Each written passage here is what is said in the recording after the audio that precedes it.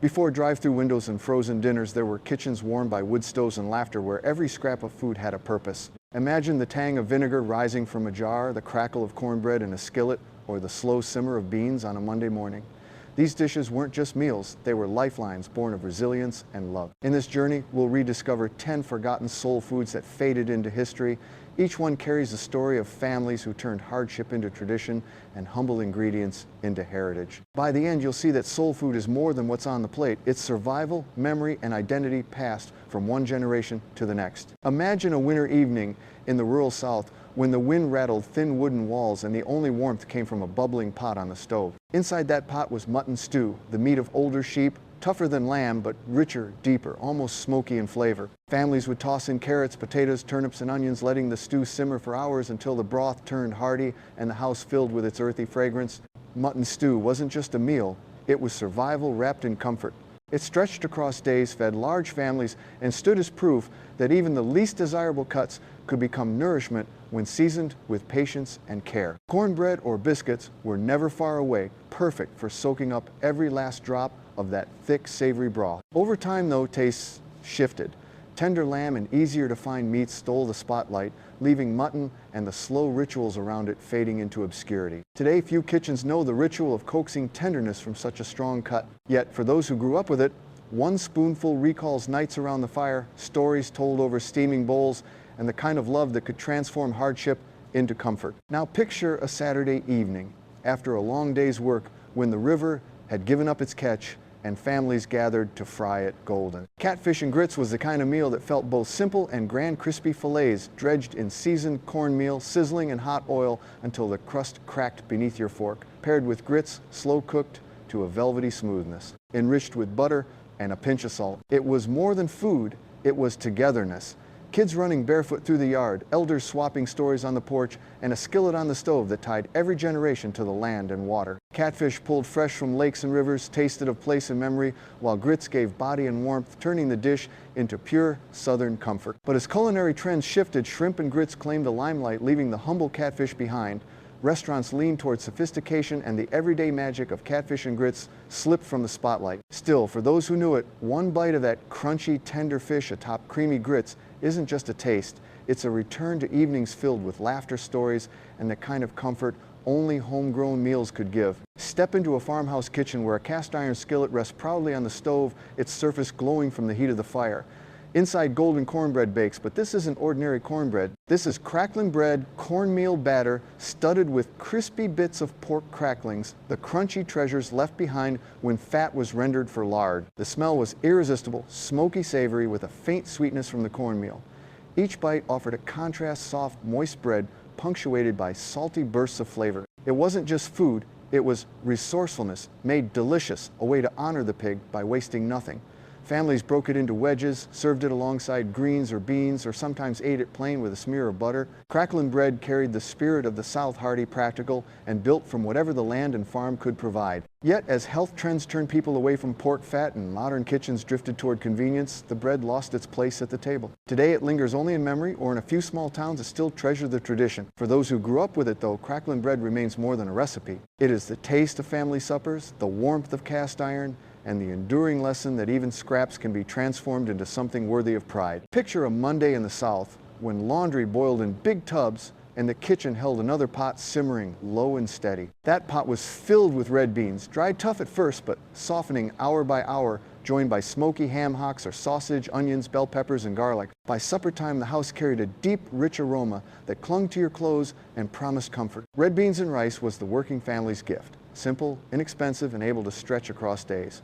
It turned scraps of smoked meat and humble beans into something that fed both body and soul. Around church halls, at family reunions, or simply in cramped kitchens, this dish drew people together, a quiet hymn of resilience and community. But as the years rolled forward, Cajun and Creole versions, spicier, more layered, claimed the stage, overshadowing the straightforward soul version many families relied on. Convenience foods, takeout, and quick fixes also nudged aside the patience of a slow Monday pot. Still, for those who grew up spooning tender beans over fluffy rice, each bite recalls more than flavor. It recalls voices around the table, the rhythm of everyday life, and the deep satisfaction of making much out of little. Imagine a chilly evening in the countryside when hunting wasn't sport, but survival. A pot hung over the fire, and into it went chunks of freshly dressed raccoon browned with onions and garlic, then simmered slowly with potatoes, carrots, and herbs. The broth thickened hour by hour, its steam carrying a wild, earthy scent that clung to the rafters. Raccoon stew wasn't exotic back then, it was necessity.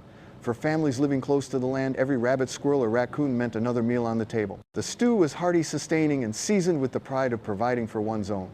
Children crowded around bowls, dipping cornbread into the rich gravy, while elders gave thanks for the land's bounty. As decades passed, though, hunting dwindled, and grocery stores replaced the woods as the pantry. The idea of eating raccoon grew foreign, even unappealing to newer generations. The slow patience of a stew pot gave way to quicker, cleaner meals. Yet, for those who remember, raccoon stew is more than wild game.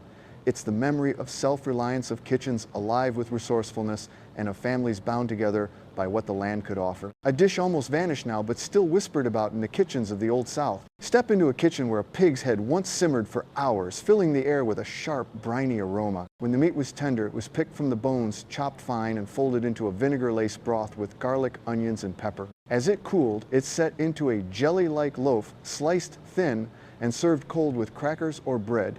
This was souse meat, bold, tangy, and unlike anything else on the southern table. It was more than thrift, it was tradition. Families made use of every part of the animal, turning what others might discard into a delicacy. For many African-American households, souse was a special treat at reunions and holiday spreads, its zingy flavor cutting through the richness of fried chicken or greens. Elders would smile as children made faces at its wobbly texture, then slowly grew to love it. But with time, taste changed.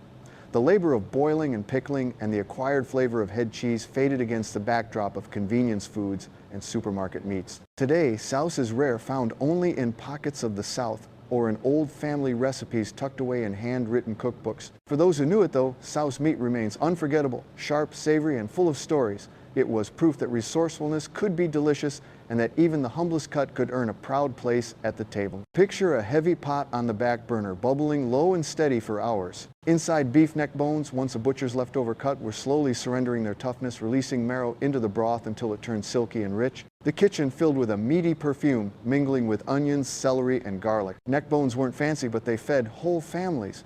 Served over rice, each spoonful brought tender meat slipping from the bone, bathed in a gravy that clung to every grain. Around the table, it wasn't just nourishment, it was togetherness, a meal that required patience and in return gave comfort. For generations, neck bones symbolized making much from little. They reflected a time when resourcefulness wasn't a choice, but a necessity. Children learned to savor every bite. Elders found joy in teaching the slow art of coaxing flavor from bone and marrow. But in today's kitchens, quicker cuts and convenience reign. The long-simmered dishes of yesterday have given way to takeout and trim steaks. Neck bones, once a staple of survival and love, are now a rarity. Yet for those who remember, the taste lingers like memory itself, deep, hearty, and filled with the quiet pride of turning scraps into feasts. Imagine a holiday table in the rural South where a dish sat at the center that was both humble and extraordinary. Hog maw, the pig's stomach, carefully cleaned and stuffed with a savory mixture of pork, rice, onions, and spices. Sewn tight and simmered slowly, it emerged tender, fragrant, and bursting with layers of texture, the soft lining giving way to the rich stuffing inside. Hog maw was resourcefulness at its best. Nothing went to waste, and families took pride in transforming what others ignored into a meal of celebration. Served alongside greens or cornbread, it wasn't just food, it was a symbol of ingenuity, survival, and community. Preparing it took time and patience, often becoming a family ritual handed down through generations. But as years passed, tastes shifted. Supermarkets made easier cuts of meat available, and the very idea of eating pig's stomach became strange to younger generations. Slowly, hog maw slipped from dinner tables, remembered only in fading traditions. For those who knew it, though, one bite recalls family reunions, laughter echoing in kitchens, and the remarkable creativity that shaped soul food. Hog maw wasn't simply a dish, it was proof that love and skill could turn the most unassuming ingredients into something unforgettable. Step into a kitchen on a holiday morning, and you'd often find a big pot simmering on the stove, filling the air with a smell both dreaded and loved. Inside were chitlins, pig intestines, painstakingly cleaned, scrubbed and boiled for hours until tender. Seasoned with onions, garlic, vinegar, and sometimes smoked meat, they became a dish as rich in tradition as it was in flavor. For African-American families, chitlins were more than food. They were a reminder of resilience, of turning what was once discarded into a cherished centerpiece. Preparing them was laborious, a task that required patience and often community. Relatives would gather in kitchens, sharing stories as they worked through the meticulous process. The reward was a dish that spoke of survival, ingenuity, and pride. But chitlins also divided opinion.